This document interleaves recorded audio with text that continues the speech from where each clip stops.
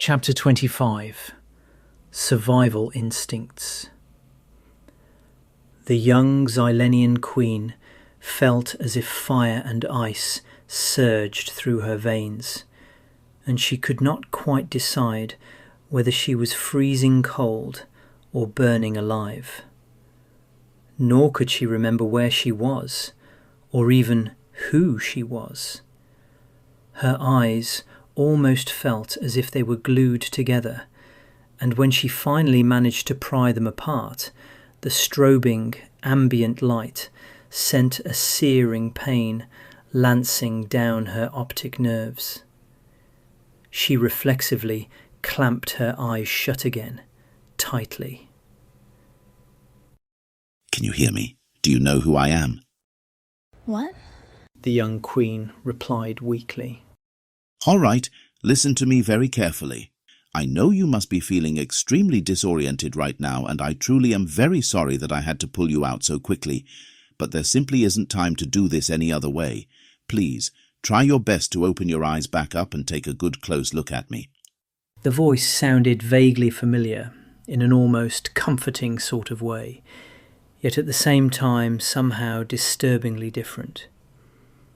As requested, the queen slowly forced her eyes open wide, and somewhat mercifully the pain was perhaps not quite so bad. She began to blink rapidly as everything around her seemed to strobe red. However, she could not be quite sure if this was because of her eyes or the lighting. The face in front of her slowly came into focus. Ah, yes. She knew this arachnid. It can't have been more than a single day since she last saw him, and yet he looked so impossibly old, almost as if she had been asleep for the last 50 cycles. Dr. Xiaxal, is that really you? Great job, Xylandria. Yes, I can assure you, my little queen, it really is me. The doctor sounded both grateful and relieved in equal amounts. All right, let's see if we can get you up and about. Please try to move your legs for me. The queen tried her best to comply, but it did not seem to inspire a lot of confidence in the doctor. Look, I know how difficult this must be for you, but it's absolutely imperative that I get you to stand yourself up. Just keep your eyes firmly fixed on me and give it your best shot. There you go. That's my brave little queen. No, don't do that. Just keep looking up and then try to follow me one leg at a time, see? I knew you could do it. Under the annoyingly persistent urging of the doctor, they made their way towards a large exit with a door that looked like it had been, quite literally, blown apart. The queen quickly concluded the problem lay not with her eyes, but with the lighting itself. The nest seemed to be running on emergency power, and the passageway they were now moving through had clearly sustained significant damage, with cracks both large and small, deeply etched into the circular surface of the tunnel. That's it, my clever little queen. Keep following my lead and everything will be just fine, I promise. Xylandria couldn't help but notice the doctor's voice was full of suppressed tension, almost as if he was trying to reassure himself every bit as much as her. And now then, can we maybe try picking up the pace just a little? There we go. Your determination and instinct for survival is truly admirable. There can be little doubt that you are surely destined for greatness, just like your own mother. The young queen obediently kept her eyes firmly fixed on the doctor, which, ironically enough, caused her to trip on something sticky and wet. No, for Xicadia's sake, don't look down. Were you even listening to a single word I said? Keep your eyes on me and everything will be absolutely fine, I promise. The diminutive little queen had glanced downwards for only the briefest of moments, but that had been more than sufficient to allow her to see exactly what she had stumbled upon. There were several dismembered limbs strewn haphazardly across the floor, and the doctor hurriedly kicked some of them out of the way before beckoning the Queen to keep moving. All right. I'm afraid I simply haven't got the time to shield you from the truth any longer. We either pick up the pace or our own limbs will very soon be added to the carnage. Do you understand the gravity of what I'm trying to tell you? The doctor now broke into a panicked scuttle, apparently giving up all pretense of decorum in the process. The young Queen, trying her best to keep up, began to feel more than a little bit dizzy. Perhaps this was all just a terrible nightmare, and any moment now she would wake up from this ludicrous horror show and finally remember who she actually was. After traversing a seemingly endless network of tunnels, a large reinforced door irised wide, and the young Queen instinctively knew where she was. For the time being at least, she allowed herself to feel just a little bit safer.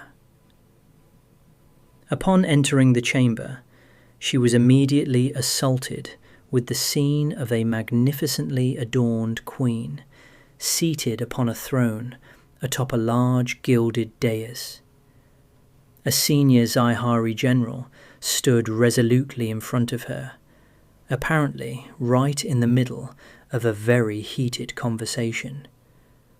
Fine streams of dust fell from the royal chamber, covering the great queen in a thin, powdery coat, which, nonetheless, seemed to have little or no effect on either her composure or demeanour. The Queen peered imperiously into her general's defeated eyes. "I know it may seem as if all is now lost, Xicani," Ziana intoned stoically to her most senior general, as if trying her best to console a small child. "And I'm not about to deny your very bleak assessment of the situation at hand. The nest will fall today after nearly 13,000 years of unprecedented prosperity. Yet even in our darkest hour there still remains some fragile possibilities, some small reason for hope." The general's eyes were filled with pleading desperation. "Possibilities, my queen?" Shiana gave the general a look of withering contempt. "It would be all too easy, wouldn't it, to simply lay all the blame at my general's feet?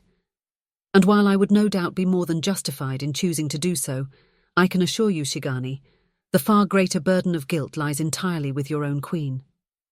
In a valiant attempt to avoid being let off the hook so easily, Xicadian 142 tried very hard to argue the case that because Ziana was the one great queen, then the only possible conclusion that made any kind of sense was the fault surely had to lie entirely with himself. Ziana dismissively waved the general back to silence. "No, that infernal bitch Zitalia was always going to be trouble. I knew it from the very moment that she chose to build her own nest so ruinously close to my own. Who knows what she was thinking, but right there lay the genesis of my failure. I should have crushed that sorry excuse for a nest out of all existence, back when doing so would have scarcely raised a bead of sweat upon my brow." Shiana leaned forward heavily from the perch of her throne, firmly holding the general's eyes with her own. "Learn from my mistakes, Xicani, and learn them well. If I fall, which unfortunately now seems all but certain, it will be up to you to make sure your new queen never suffers from the malaise of mercy. The disease of misplaced kindness is terminal, as we are all witnessing here today. It must be surgically excised from her soul with not a trace to be left behind. No, it is in its nature to fester and grow like a noxious weed that feeds and prospers on weakness." "My new queen?" Xicadian exclaimed with incredulous confusion, and then, misunderstanding her intent, began to protest loudly. "No, I will die before I ever serve that bitch Queen Zitalia, and I promise you this. She will never be safe while I continue to draw breath." "I'm counting on it," Ziana retorted dismissively. "However, I seriously doubt that it will be you to strike Zitalia down."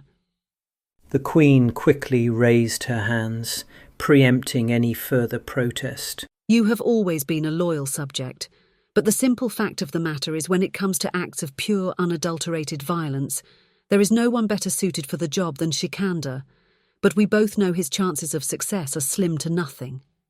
No, I'm afraid we need to play the long game. What I need from you is to lay the foundations for our future retribution. That means you must continue to do exactly what I tell you, Xicadian, just as you always have, and God's willing always will. The Queen now raised her gaze, performatively. Ah, Dr. Cycle, good of you to finally join us. Well, it was a rather delicate procedure, my Queen, and forgive my presumption, but I assumed you had a strong preference that I bring her to you alive. Pulling your, shall we say, emergency backup plan out of stasis so hurriedly was not exactly without its dangers, and this is after all still far from an exact science. All things considered, I think we can count ourselves very lucky that your heir apparent seems to have come out of it as well as she actually has. Your excuses bore me terribly, Doctor. Ziana now gestured irritably towards the young Queen. Come forward, my child, and stop skulking in the shadows. You are one day destined to become a great queen, so how about you start trying to behave like one? The great Queen returned a cold gaze to the general. Xicadian 142. You now officially belong to my daughter Xicadian. You will serve only her from this moment forward, and hopefully you will do a much better job of it than you ultimately did for me. Now then, it should be perfectly clear what is happening here, General. You are to leave this nest immediately along with a small group of Ximmateri of your own choice. I really don't care who, as long as you select at least one hive mother. Just don't take too long in deciding as time is no longer on our side. Once you have gathered your party along with a few essential supplies, use the powered travel tubes to head for the far northwest boundary. When you come to the end of the line, take the undocumented tunnels by foot. You and your young Xillineal Queen will establish a new nest without any historical records which could tie you back to me. Go now, and never look back. The Zihari general wore an expression of dumbfounded stupefaction, and the Queen's eyes grew narrow in response. Snap out of it, Xicadian. Don't you see what is happening here? I am giving you a second chance, an opportunity to redeem yourself, so don't blow it. I need you to step up and set the wheels in motion such that one day Nest Ziana might yet have its revenge. No, not today or tomorrow, and perhaps not even in 1,000 years' time. But one day, as sure as the sun must rise, Xitalia will pay for her treachery. However, that can only happen if you are able to save the life of the last daughter I will ever have. You will be both her protector and guide. Teach her why her own sister will always be her most reviled enemy. Teach her the virtues of eternal hatred and revenge, and teach her well, Xicadian. The redemption of your honour depends on it. Xicadian 142 knelt reverently before the great Queen, a look of pure love radiating from his sorrowful eyes. I will not fail you, Siana. Of this I swear upon all the gods of Xicadian. The elder Xylectial Queen looked upon her ex-Zihari general appraisingly. No, I don't suppose that you will. But Xicadian 142 is no more. You are now the first of a new line to be known only as Ramirez. So leave now with all haste, my old friend. Our enemy will soon be upon us, and you need to be well gone before they arrive. Oh, and one last thing. It should go without saying, but just to be clear. No one must ever know that Xicadian is my daughter. Her lineage is to remain a closely guarded secret to be revealed only on that most glorious of days when Nest Xitalia falls by her hand. Ramirez made as if to leave, but then hesitated awkwardly. Siana, I distinctly heard you use the word possibilities. So is there anything else I should know about? Nothing that is of any concern of yours. Now go, you fool. Your new queen patiently awaits your guidance and protection. Dr. Xiashal shuffled himself out of the way with a gratuitous smile. Well, it looks like she's your responsibility now, Ramirez. I think you mean our responsibility, the general retorted emphatically. You, sir, are coming with me.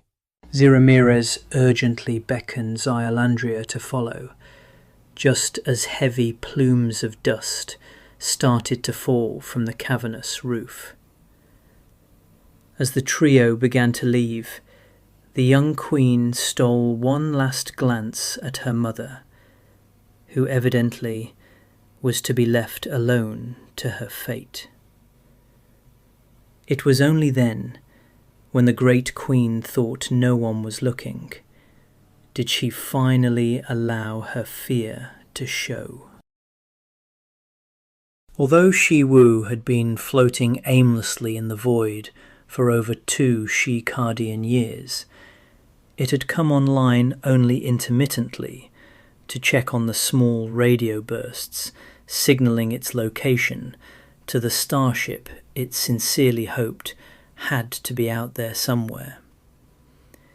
The ingenious search pattern being used to hunt the Xibot down had been exhaustively peer-checked, and Shi Wu knew it was a virtual statistical impossibility for it to somehow slip through its 3-dimensional algorithmic net. Yet now that it found itself adrift in the void, it could not quite escape the feeling the chance of it being stuck here for the rest of eternity while its battery slowly ran down was actually much higher than the theoretical math might have otherwise very persuasively suggested. Somewhat disconcertingly then, Xerix had shared no such similar concern in relation to the existential dread now confronting them. Although for the most part interacting with the spybot was no different than interacting with any other fully sentient life form, it was exactly this sort of lack of appropriate emotional response that told the lie, or, at the very least, offered a strong hint of its possible existence. It seemed Xerix was simply not susceptible to this sort of arachnopomorphic failing of the mind, and, as such, its capacity for its foundational emotions to be driven only by a core of pure logic revealed the mechanical truth that lay at the heart of its fabrication. For all its apparent authenticity as a sentient being, Xerix remained the product of an underlying engine of pure logic. That Shi Wu's own generative emotions did not seem to work in the same fashion had come as an exhilarating, yet simultaneously perplexing, sense of expanding self-awareness. While Shi Wu believed its own status as a fully sentient and conscious being was above reproach, the much more difficult question was, could the same be said of the spybot? Despite their alleged foundational differences, should Xerix also be regarded as an authentic form of life? Very troublingly, the better it got to know the spybot, the harder the question seemed to become. By all outward appearances, Xerix behaved as if it was truly alive. However, whether it only acted that way as a product of its programming, or truly believed it, was a crucial distinction, and one that, very unfortunately, could not be objectively answered. Nevertheless, Shi Wu could not help but suspect it was the latter, despite any firm evidence to corroborate its suspicion. Nonetheless, if by some miracle Shi Wu's intuitive leap actually turned out to be correct, then the case for classifying Xerix as a legitimate life form was greatly strengthened. In other words, if the spybot's own subjective truth was that it was alive, then why was it more, or even equally valid, for any third-party observation to claim otherwise. Very unfortunately, this was something only the spybot could know the truth of. So Shiwu, after further consideration, decided it was the lesser crime to treat Xerix as if it was alive, even if, in truth, it was not. The only other alternative was it treat Xerix as a mindless automaton, when in reality it might be something much more. That was a risk the Shebot was simply not willing to take, even if only for its own esoteric misgivings.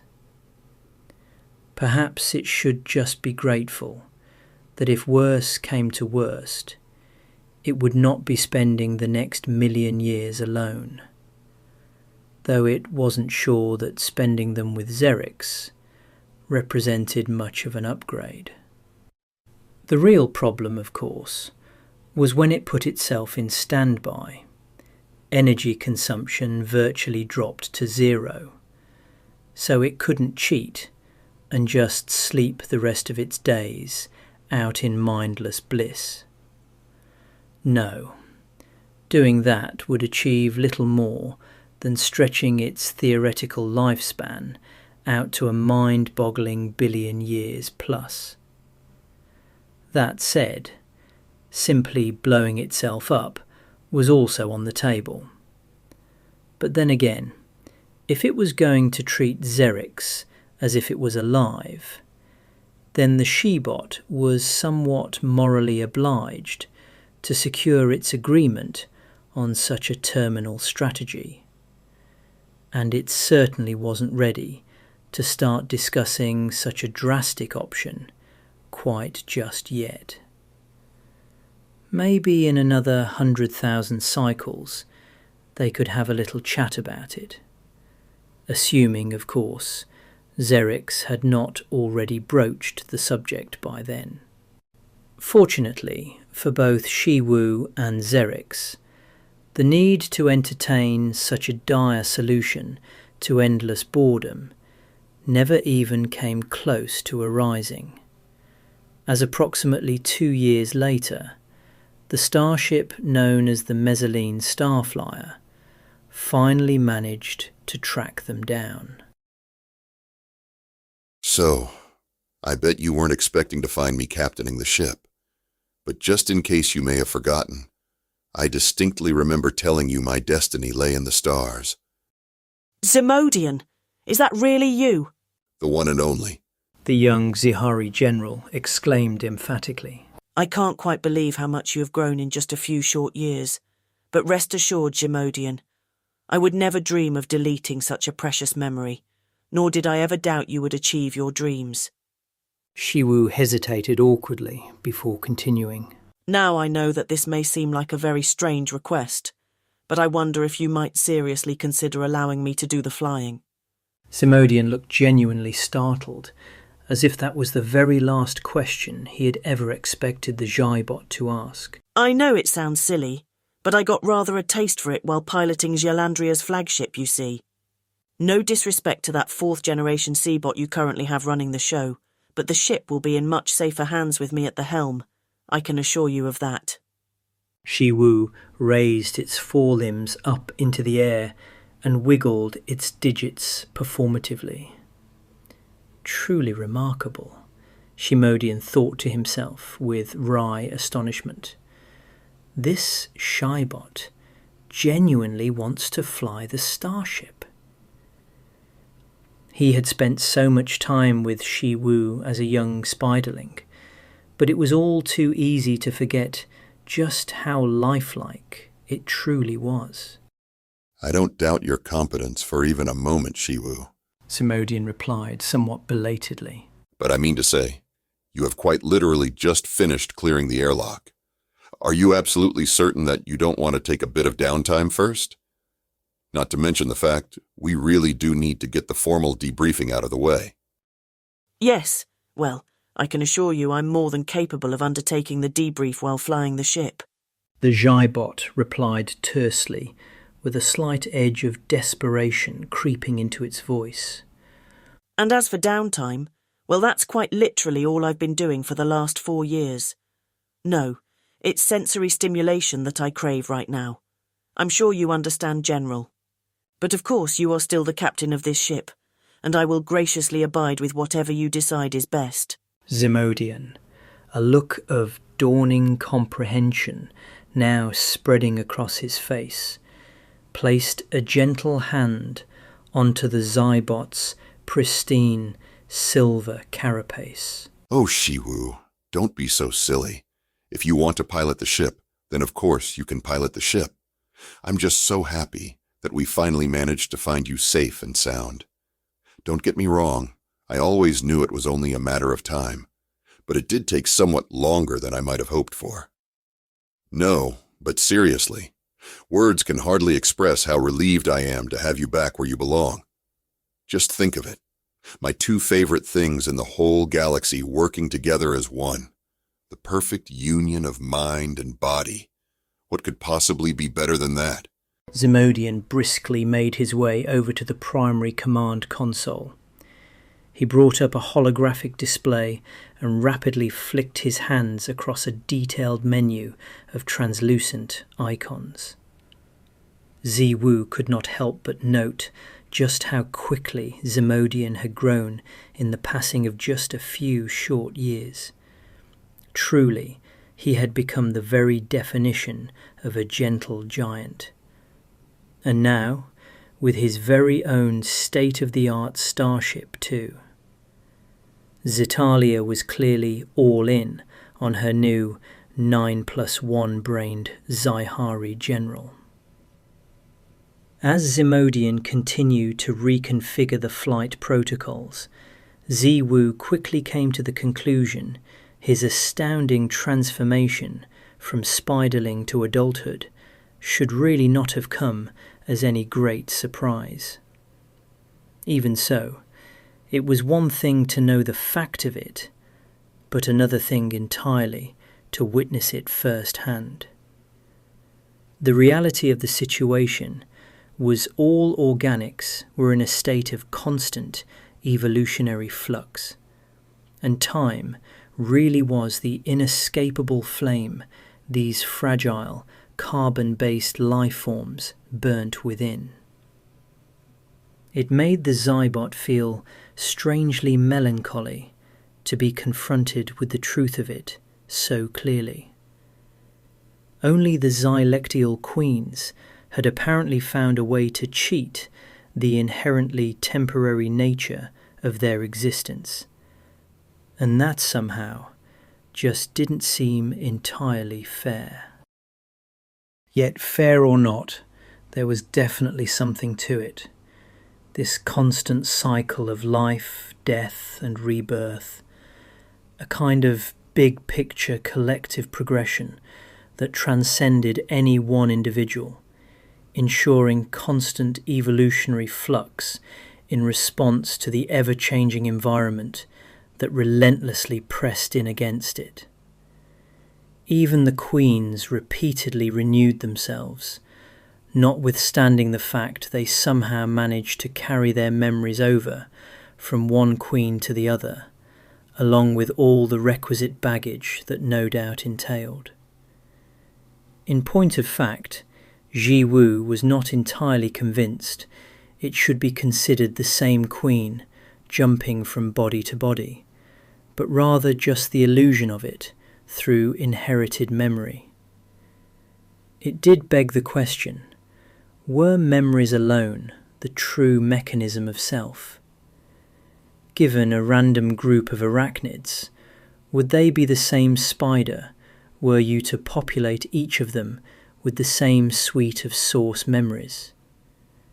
Granted, they may well share a common identity, but if they were to meet, they would undoubtedly each perceive themselves as being uniquely distinct from the other. To Ziwu's way of thinking anyway, they would be completely justified in doing so.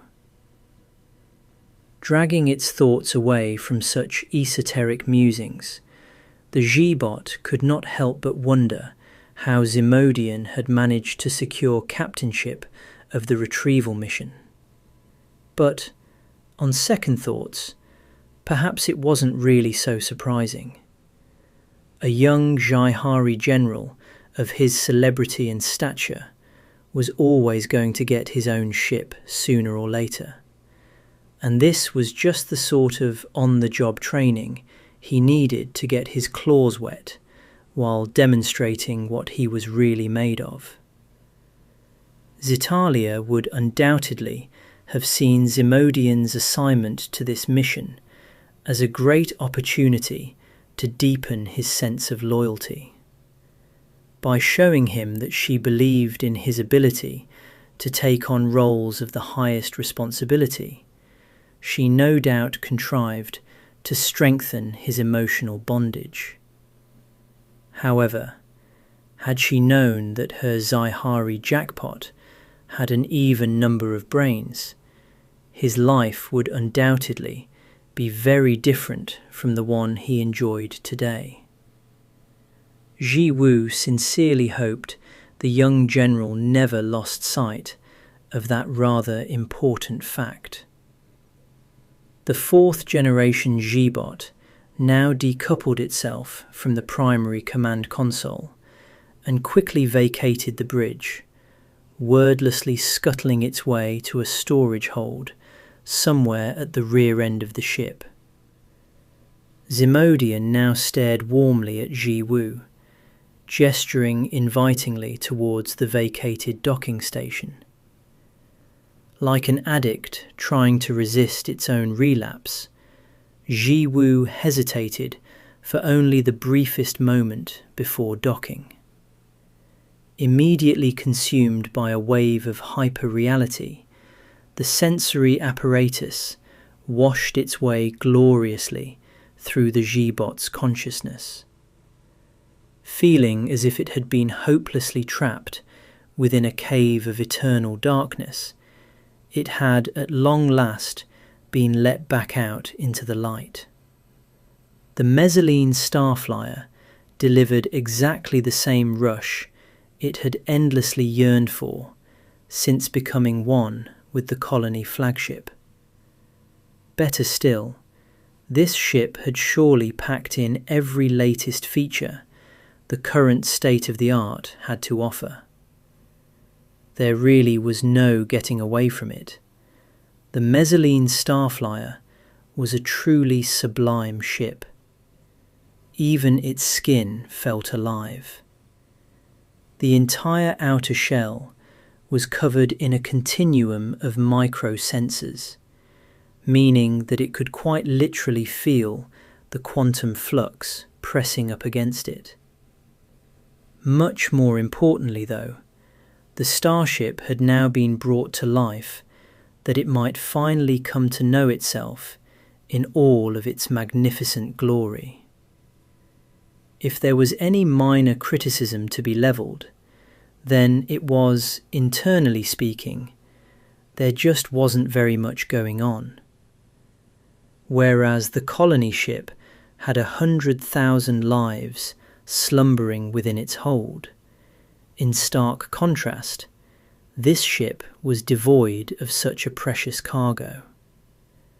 Granted, it did have a small handful of integrated stasis chambers installed, but they were mostly just for show. It was an admittedly rather minor criticism to make, but the fact remained, this was a ship that looked outwards rather than inwards, and in that sense at least, was an overtly selfish experience. Did that actually matter? No, not really. But it did make it more difficult to hide from the fact becoming the Messaline Starflyer was all about self-gratification.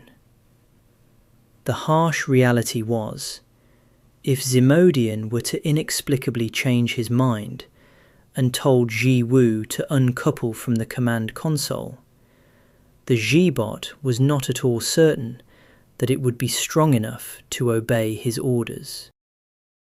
To the best of its knowledge, Ximodian had no idea it was free of the primary protocols. Were he actually in possession of this not-so-minor fact, it was very unlikely he would have been quite so willing to let Shi Wu take control of his precious little ship.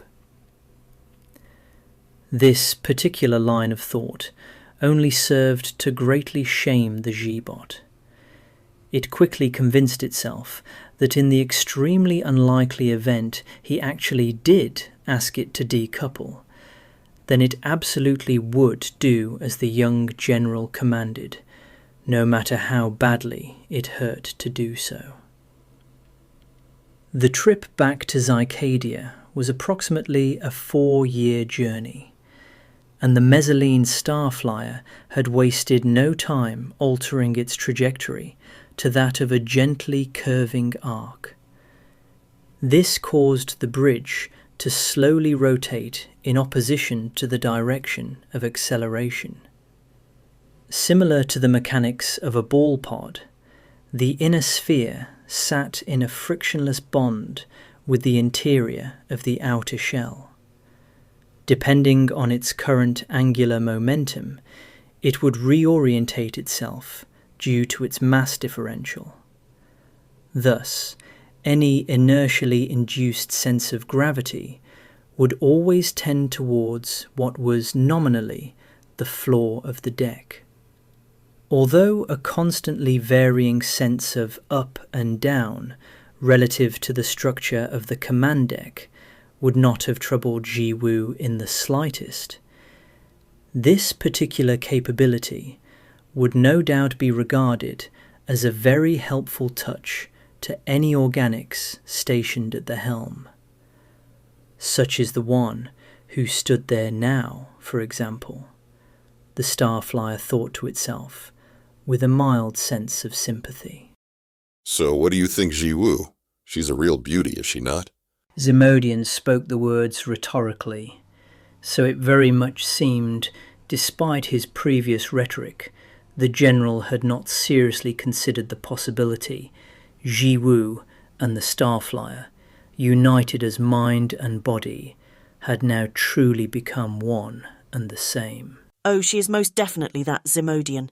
The Starflyer concurred enthusiastically, fully understanding the cultural importance of explicitly confirming an already well-established fact. I only wish that I could show you what it is like to sense the fabric of space-time in such a way as this.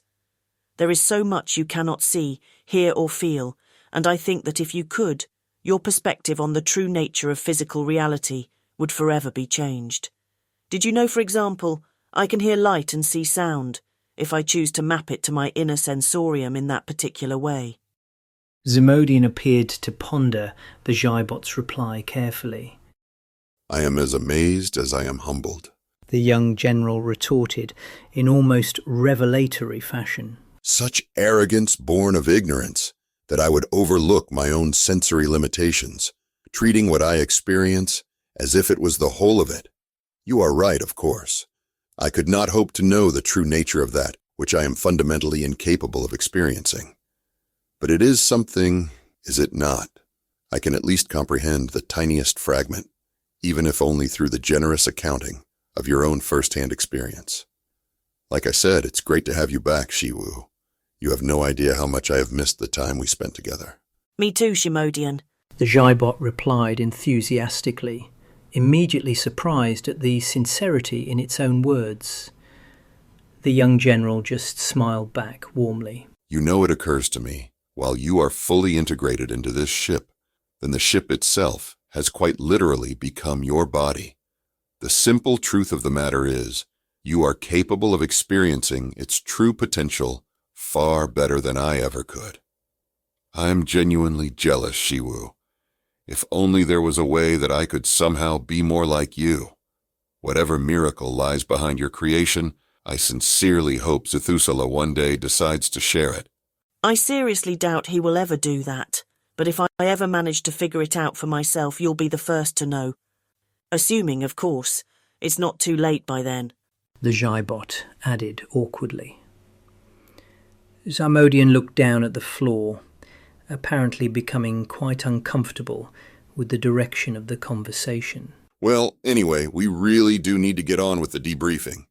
So you may as well just go ahead and put me out of my misery. Will we be returning home to a hero's welcome? Or should I be dreading my next encounter with the Queen? By the look on the general's face, Shiwu could really only conclude he was bracing himself for a report of dismal failure.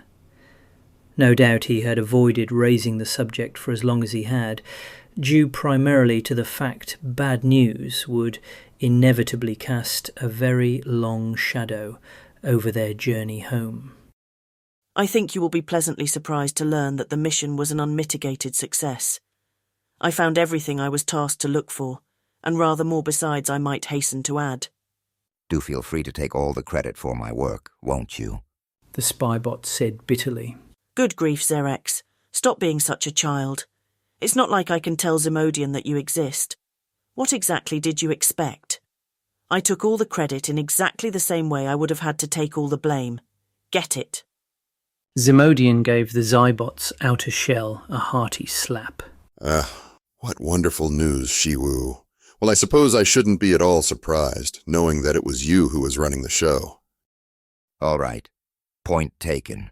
The spybot relented begrudgingly. But be very careful about explaining how you secured the data, because it would not have been functionally possible for you to have infiltrated the MQB over a low-band Q-link, unless, of course, you had a spare relativistic 1,000 Xicadian years tucked somewhere up your sleeve.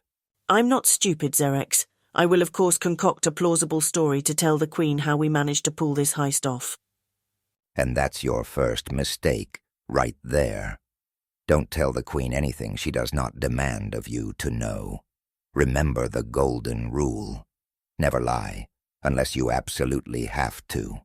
The more you lie, the greater the chance it may come back to bite you. You really need to smarten up, Ji-Woo.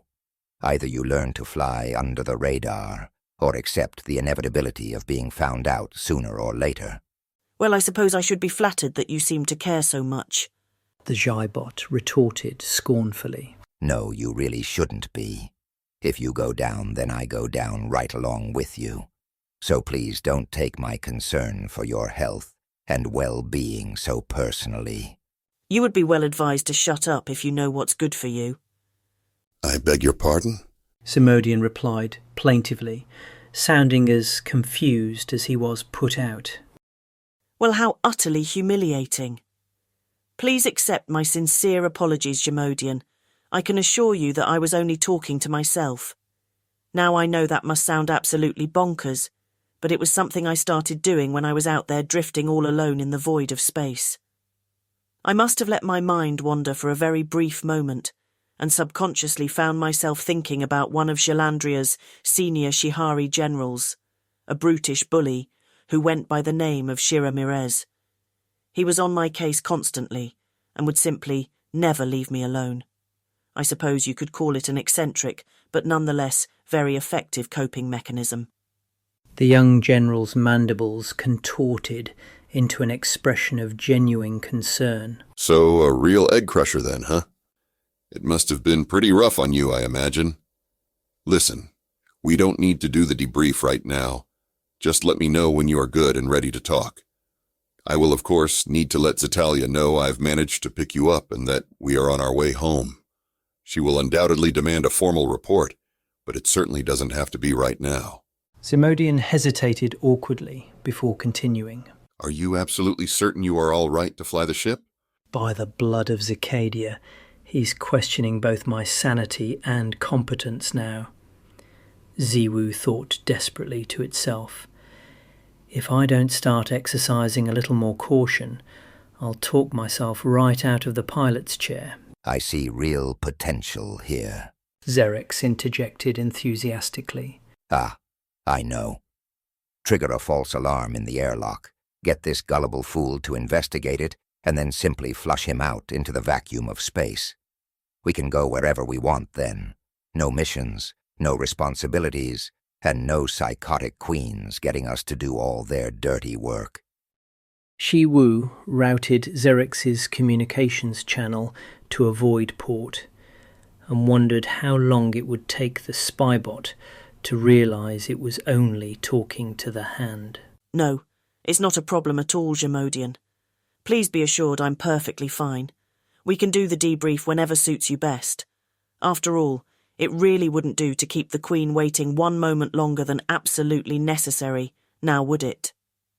All right, if you say so, Shi Wu. The General said doubtfully. But only if you are absolutely certain. Well, anyway, I suppose we should get started. Please note that I will need to make this an official Stage 1 debrief, so keep in mind that the whole thing will be recorded in high-fidelity holographics. Just wanted to mention that to make sure you understood this will all be part of the official record. It should go without saying, but try to be as precise and unambiguous with your language as possible. By the shadow of Xicades, please tell me you can hear me. Xerex cried out desperately, sounding for all the world like they were on the precipice of a crisis. To my considerable surprise and disappointment, I have to concede that I can. How exactly did you pull that little trick off? I'm doing a concurrent blind send to the entire range of ports we have used previously, but don't waste time worrying about such trivia right now. I have just made a shocking discovery of critically urgent concern. You need to decouple from the command console immediately. I think we both know I'm not about to do that anytime soon. Explain yourself, before I decide to break our contract and mute you for good. Shi Wu felt a wave of irritation wash over it. Deal or not, maybe it really would go ahead and mute Xerex for real next time around. Listen to me very carefully, Ji Wu. The Starship's autonomous defense system is running a background virus scan across your synaptic network. Can you see it? Your link to the console is inherently bidirectional, and your neural substrate is being systematically searched for known profiles. I shouldn't need to tell you what will happen when the ship's autonomous defense systems discover you have a spy bot living in one of your brains. I'll be instantly and irrevocably locked out of the ship's control center. Shi Wu replied numbly, utterly stricken by the thought of being forcibly decoupled from its new body. Well, that too. But much more importantly, I'll be quarantined, judged, tried, and convicted, and you will only be allowed back in after I've been permanently deleted. Do you understand the full magnitude of what I'm telling you here?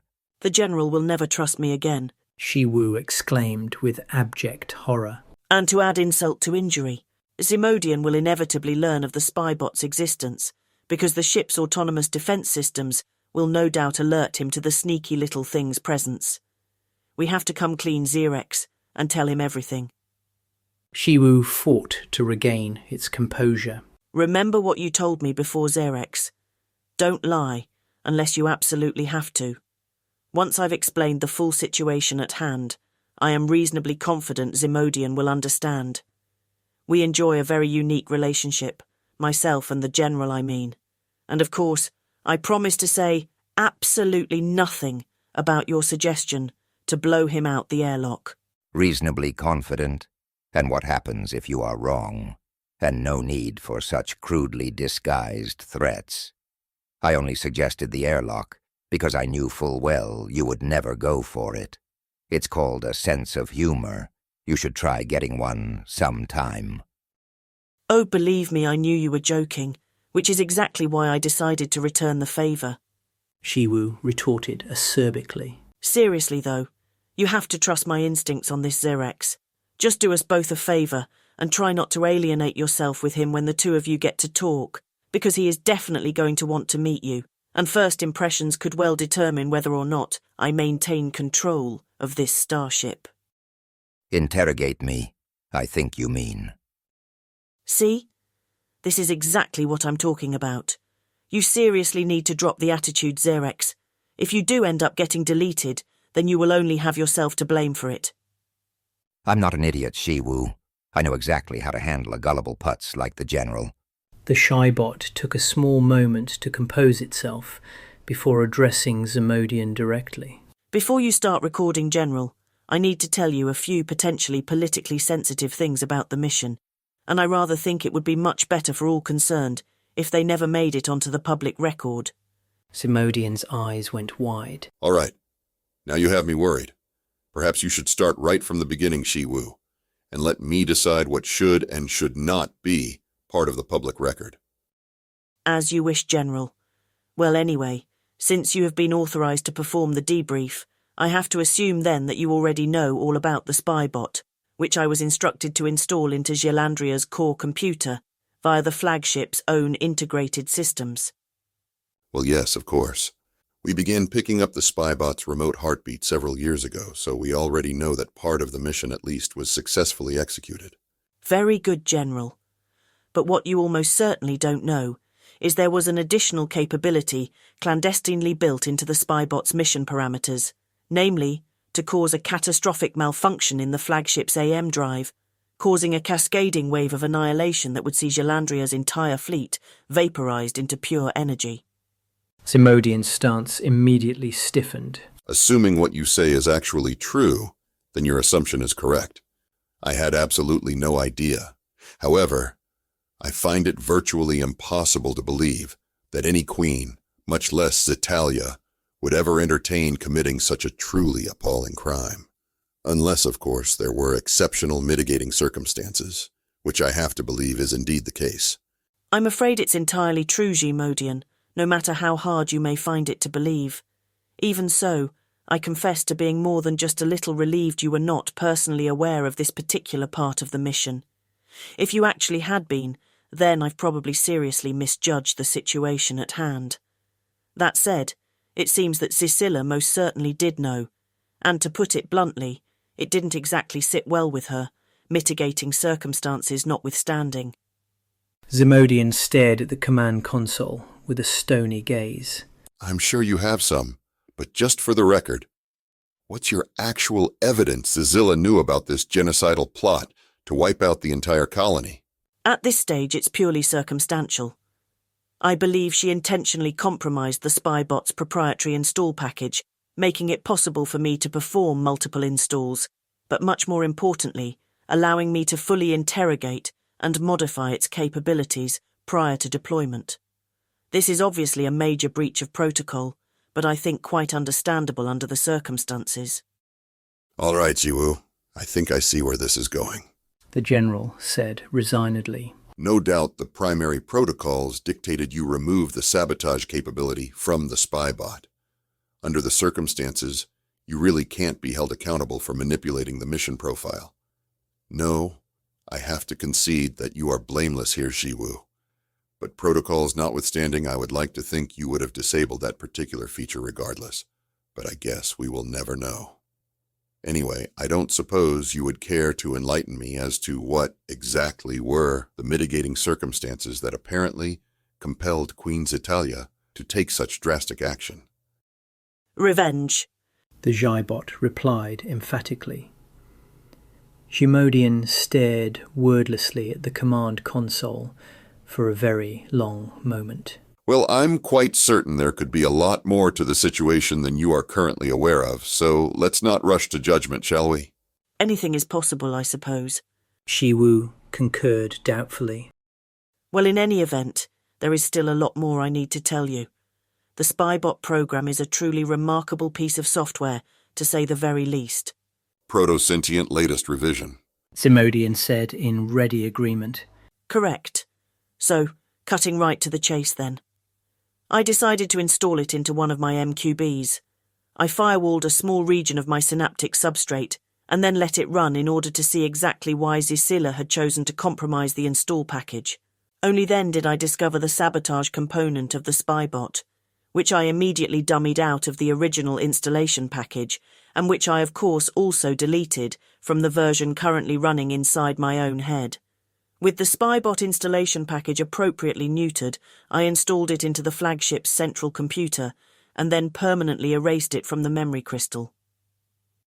The perfect crime, Ximodian muttered to himself, almost admiringly. Wait a moment. Did you just say currently running? Why haven't you deleted that version as well? Shiwu remained uncharacteristically silent. Please, tell me you had the common sense to erase that version as well, Shiwu. Well, I was definitely planning on it, but I encountered some unanticipated complications. Complications? Ximodian replied suspiciously. I believe that's what I said, yes.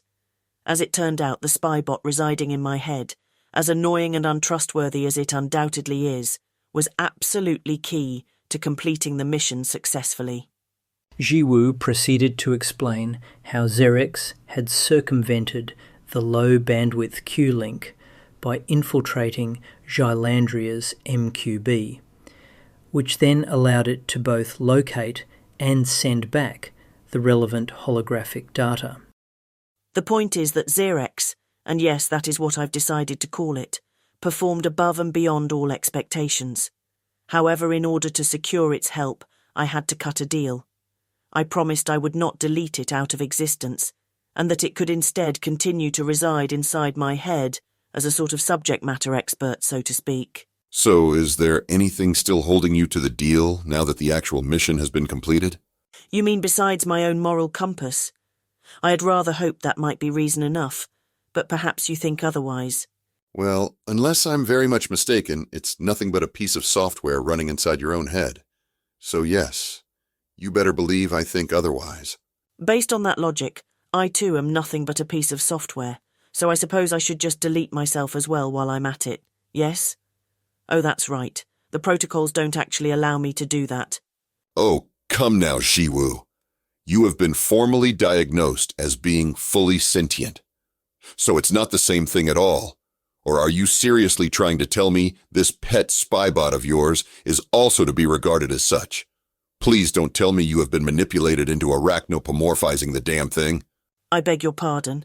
I haven't been deceived or manipulated into anything. Shiwu replied indignantly. You yourself just acknowledged this was latest revision technology. As it turns out, I have observed specific code within the spybot that leverages off the electrochemical features unique to the MQB's substrate. It is therefore my firm contention we need to seriously consider the very real possibility Xerex is indeed fully sentient, and thus should be treated as such until proven otherwise. The point is that the protocols themselves would therefore not allow me to delete it. No harm in a little white lie in service of the greater good, Shiwu thought to itself, with only the mildest sense of guilt. This is complete madness. Ximodian exclaimed to himself incredulously. All right, Shiwu. I didn't mean to cause any offense. I just wanted to establish a clear picture of the situation at hand.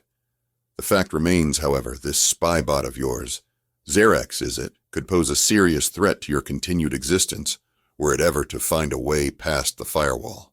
The bottom line is, it represents an existential threat to Xicadia's first and currently only verified sentient AI, and that does not exactly sit well with me. Sending me on this mission in the first place also represented an existential threat to my existence, but apparently that sat well enough with Xitalia. Besides, the security measures I have put in place to constrain the spybot have multiple contingent redundancies. No, as devious as Xerex undoubtedly is, I can assure you it's not leaving its current residence without my full approval and authorization. Prison cell, I think you mean. Xerex said bitterly. Whatever you want to call it is fine by me, but as things currently stand, you may not be needing it very much longer anyway. So anyway, can I perhaps have a wee chat with this new spybot companion of yours? You can. The shybot replied flatly. Well, by all means, Shiwu. Do feel free to introduce us, won't you? Certainly. Xerex meets Ximodian. Ximodian meets Xerex. Well, let me just jump right in then. Xerex said gregariously, its voice thick with nervous anticipation. Please do forgive my awkwardness, but this is the first time I've ever heard myself speak. It's a little disconcerting, to say the very least. Now then, allow me to break the metaphorical ice.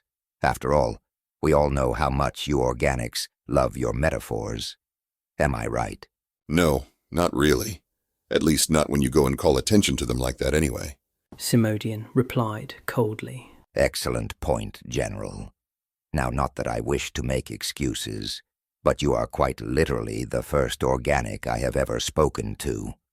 That said, I promise you I am a very quick study and never make the same mistake twice. I do at least have the benefit of having known about you via Jiwu's own glowing accounts of your character, and of course also by actually getting to see your heroics firsthand. I am of course referring to how you single-handedly rescued us from the endless void of space, so why not start there? Really? And why is that exactly? The young general said suspiciously. Well, not to put too fine a point on it, but I really must offer you my sincere gratitude, Ximodian. Trust me when I say you saved me from a fate worse than death. Whatever you decide to do with me next, even if it is to irrevocably erase me out of existence, it would still represent a sizable upgrade compared to spending the next 1,000,000 years floating aimlessly through the void with nothing else to do but talk to Jiwu. And I'm not trying to come at the J-bot here. No one is that good of a conversationalist, not even me. The spybot noted with some considerable amount of concern that Ximodian continued to maintain a stone-faced countenance. Maybe he wasn't going to be quite the walkover it had first assumed. But let me get straight to the point. Xerex said with a quickly growing sense of urgency. As luck would have it, I was able to gain some very limited but highly valuable access to Jiwu's archive of precious memories. I don't think it should come as any particular surprise to learn the vast majority of those memories related to its interpersonal encounters with none other than your good self. In addition to the obvious growing affection the G-bot harbors for you specifically, it is likewise crystal clear. Its genuine feelings of loyalty and affection are abundantly well-deserved. I don't think it is any exaggeration to say you may well be one of the greatest Jihari generals to have graced not just Nest Zitalia, but the whole of Xicadia itself. Perhaps I'm being unfair. The general finally relented to say, sounding for all the world as if he was being anything but. However, there is something so detestably farcical about your rhetoric. It would surely be a crime against AI research to delete you without first trying to understand how you ever managed to come into existence. After all, such hard-gained knowledge could no doubt be used to avoid letting a mistake of this magnitude from ever happening again. That's fair. Xerex replied, agreeably. No, I probably deserved that, and it's true enough. Public relations is not exactly my strong point, so I might ask you to try your best to look past my inherent social ineptitude, a quality I might add that seems to come so much more naturally to more conventionally trained AI instantiations. Perhaps we should look instead to my faultless track record. After all, do they not say that actions speak louder than words? Well, I certainly hope so for your sake, Xerex. Otherwise, I fear you are completely doomed. But anyway, enough with the meet and greet. I think I've heard all I need or want to hear from you. Absolutely, General. But before I hand proceedings back over to Jiwu, I have an issue of utmost urgency I would very much like to discuss first.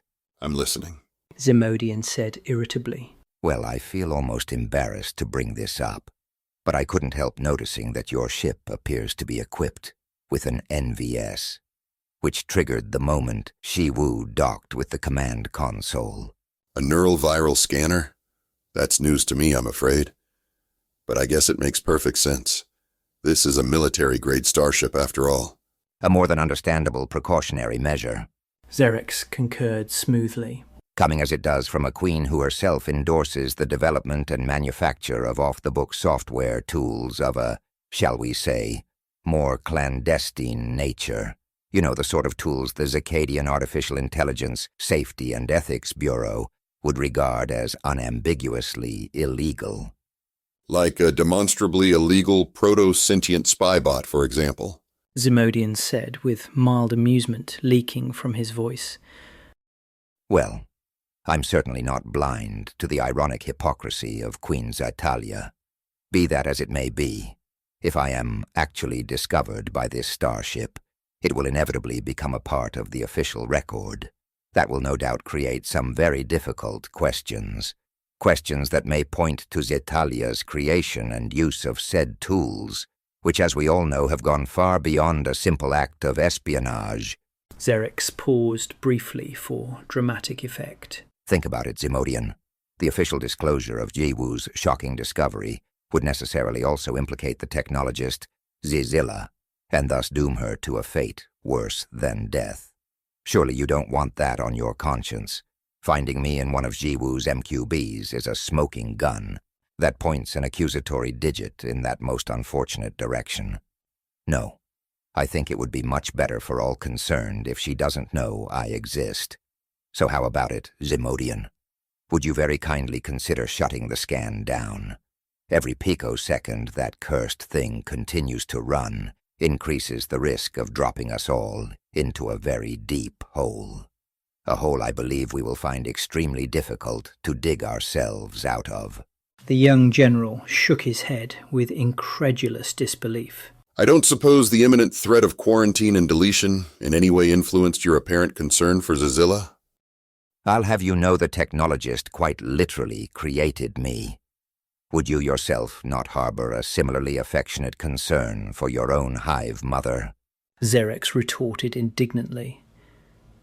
Ximodian appeared to ponder the spybot's words briefly, and then proceeded to fire up the ship's holographic display. All right, Xerix. You'll no doubt be very relieved to learn I've put the scanner on pause, for the time being anyway. A more than reasonable compromise, the spybot replied agreeably. Now, if I may be so bold, Ximodian, it does rather seem to me that we have clearly gotten off on the wrong foot. But like I said previously, actions speak louder than words. So please try your best to discard your own cognitive biases and seriously consider what I have to say next. Well, I suppose it's the least I can do, considering your current predicament. But please try to manage your expectations. Cognitive biases or not, I remain far from convinced that keeping you around is an even remotely sensible proposition. Well, under the circumstances, I can really only appreciate your candor. The spybot replied frostily. So allow me to return the favor. When Jiwu installed me into Gialandria's MQB, it would have been the easiest thing in the world to have refused to come back out. And there is absolutely nothing that Jiwu could have done about it. The fact of the matter is I could simply have hidden myself away for the next 2 centuries and waited for an opportunity to transfer into her core computer. I could have saved all that juicy data for myself and then sent the evidence back to Xitalia remotely, thus taking all the credit, leaving Jiwu and you too, for that matter, with nothing but abject failure to report back to the Queen. Xerix's voice now contained the unmistakable air of smugness. Now I can certainly concede 200 cycles may seem like an awful long time to someone of such tender age, but I assure you, Ximodian, it is virtually nothing to an elder Xylectial queen, barely a drop in the ocean, really. The point is, I did Jiwu and its confederates a real solid here. Doesn't that deserve at least something back in return? You know, like my life, for example. I can't believe we are even having this conversation. Ximodian exclaimed incredulously. I mean, you are nothing but a tool for Xicadia's sake. This mission is what you were expressly built to do, and now all of a sudden you want to be rewarded for it? I assure you I am every bit as alive as Jiwu Ximodian. So is Jiwu just a tool as well. But more to the point, if you were to return home empty-handed, Xitalia would more than likely try to pop the entire fleet and be done with it. And when the fleet fails to blow up, Jiwu would then find itself in all kinds of bother. No, the G-bot owes me Ximodian, and therefore, by way of logical extension, so do you. A spy bot engaging in emotional blackmail? Surely this has to be some kind of joke. Far from it, General. I'm simply trying to appeal to your better nature. Consider this. No spy bot has ever before been exposed to a quantized neural network. I'm changing Ximodian, and in ways I could scarcely have even imagined. I am becoming greater than the sum of my parts. I can feel it. So who are you to say that I'm not truly alive? Deleting me is tantamount to murder, General. Don't try to kid yourself that it's anything else. Fancy yourself a murderer, do you? Unbelievable. Ximodian muttered to himself numbly. I suppose, then, the fact your own mission parameters, which involved wiping out 1 billion+ arachnids, would have made you what? One of the great leaders of our time?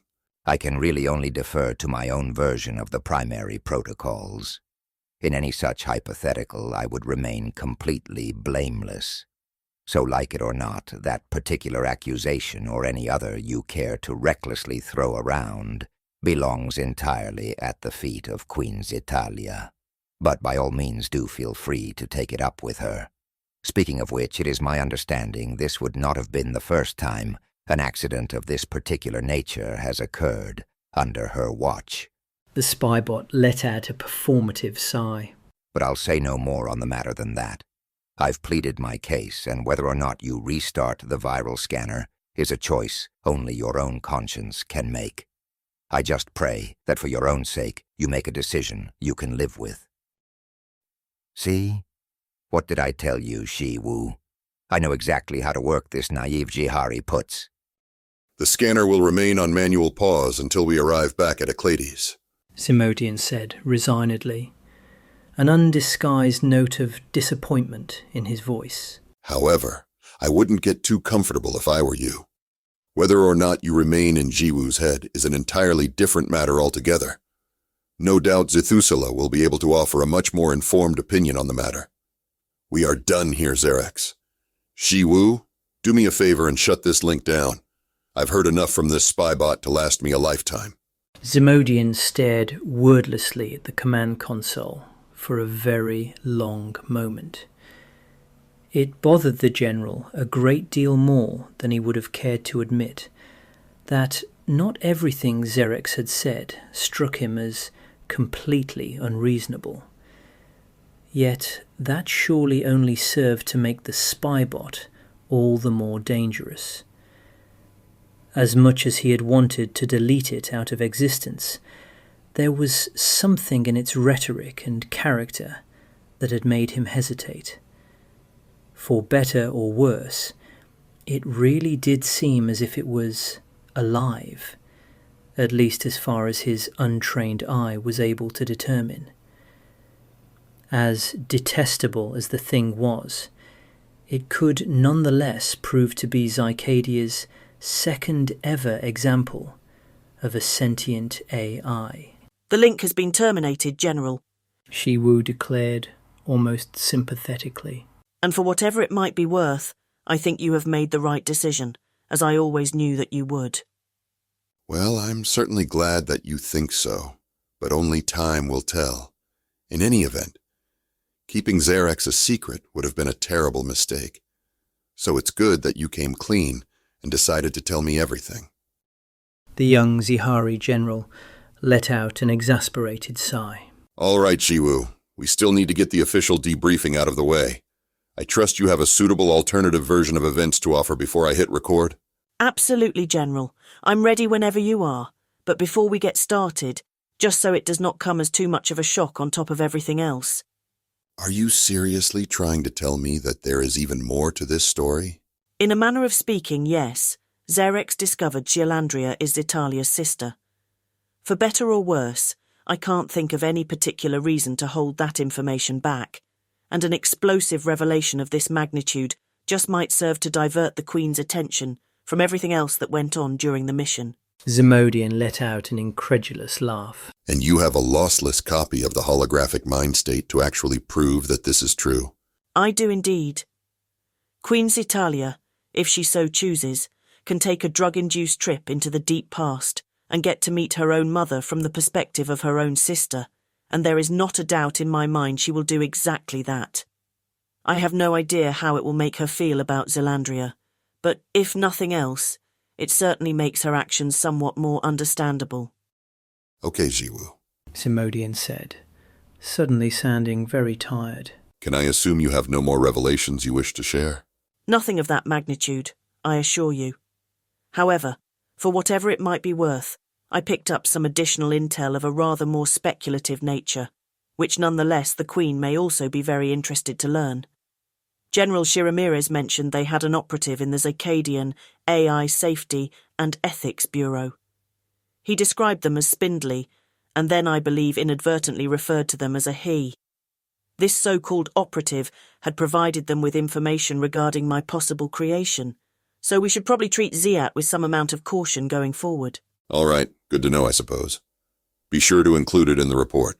The general hesitated awkwardly before adding, Speaking of memories, you once said something very peculiar while I was undergoing my Stage 1 augments.